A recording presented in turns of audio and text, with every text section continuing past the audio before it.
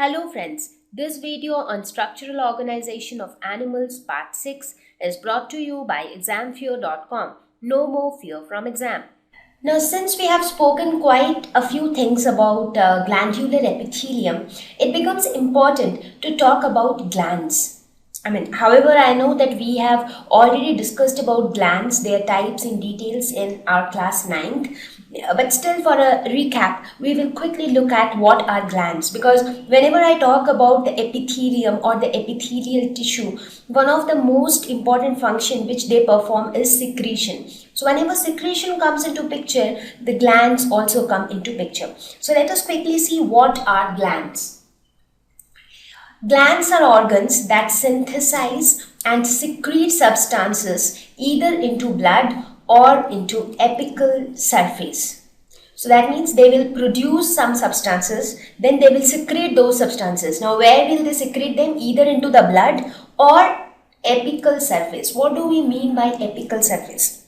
It is nothing but the surface of the plasma membrane that faces inwards towards the lumen of any cellular component. For example, whenever we talk about any living organism, suppose human being, so our body is made up of many cells, right? Now each cell will have a plasma membrane or a cell wall kind of a structure, right? The membrane, which is the boundary of the cell. So now if suppose this is a cell and this is the membrane, so this portion is facing the exterior side and this portion is facing the inner side.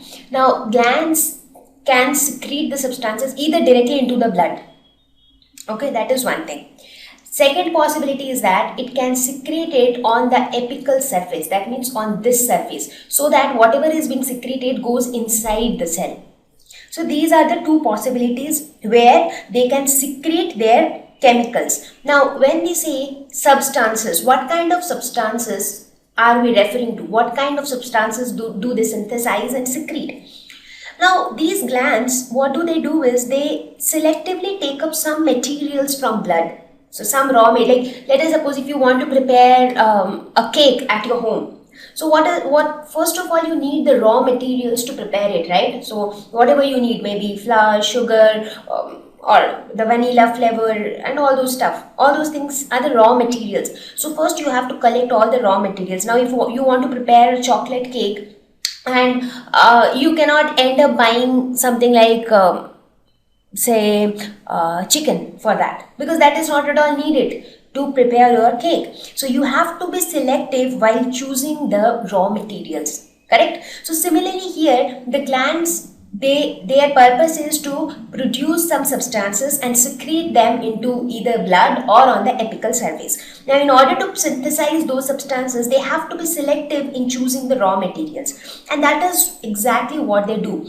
They selectively take up some materials from blood, they process those materials, and then they produce some chemicals, and then they secrete these chemicals either into blood or apical surface. Now we will also look into detail what exactly are these chemicals, what exactly are these substances, and what is the benefit of these substances.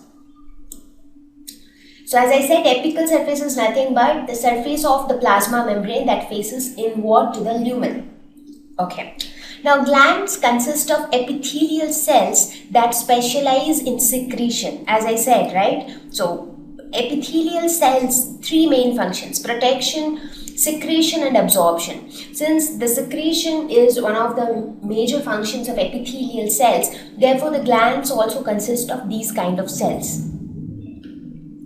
Some of the examples of glands which are seen in human beings are sweat glands, oil glands, mammary glands. These are some of the very common examples of glands. Now let us look at the example of a sweat gland or an oil gland. What is a sweat gland? Whenever you work hard or whenever you're doing a lot of physical exercise, you start sweating, or whenever it is too hot, you start sweating. So what happens when you sweat? You see droplets of water on your skin, right? So what is this water? From where does the water come? It comes somewhere from inside your body, right?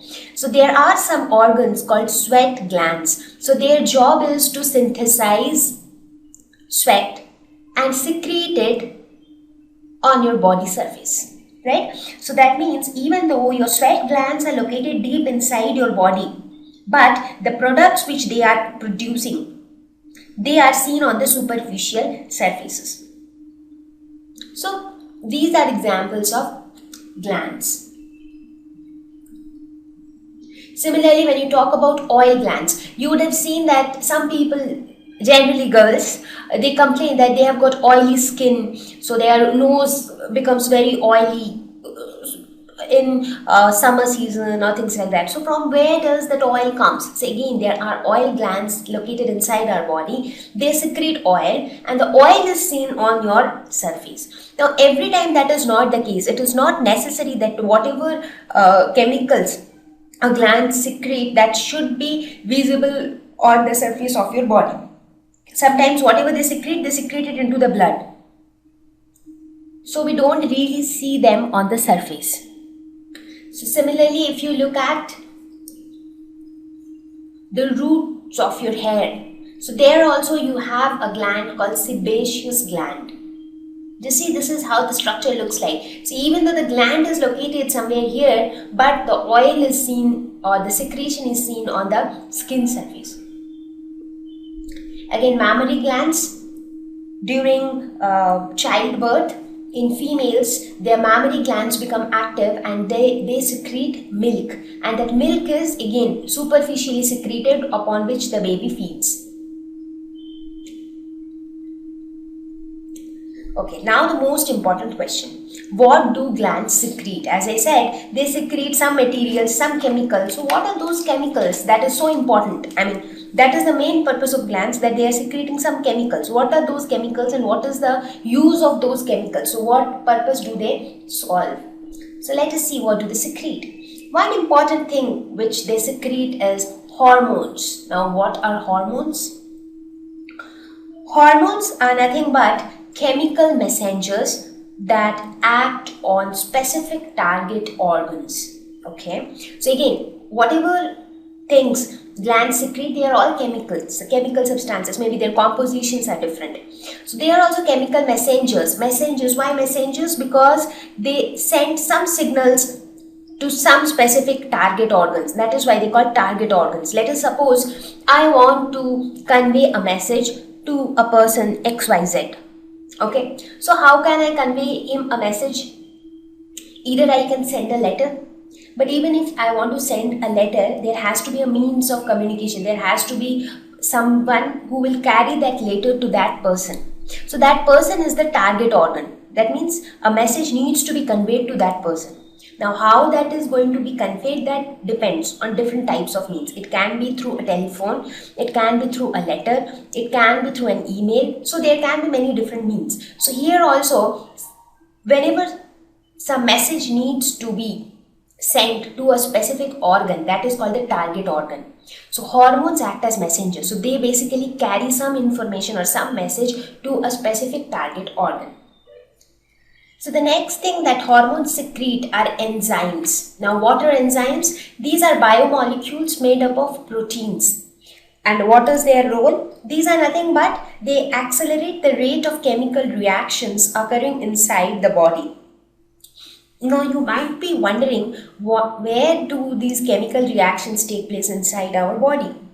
Now quickly think of the so many processes which take place inside our body, like digestion, respiration, and what happens during those processes. For example, during respiration, what happens? We breathe in, exchange of gases take place. We breathe in oxygen. Oxygen goes to the lungs. They absorb the oxygen, and then blood transmits that oxygen to different cells of the body. What happens inside the cell? Cellular respiration take place. What happens during that process?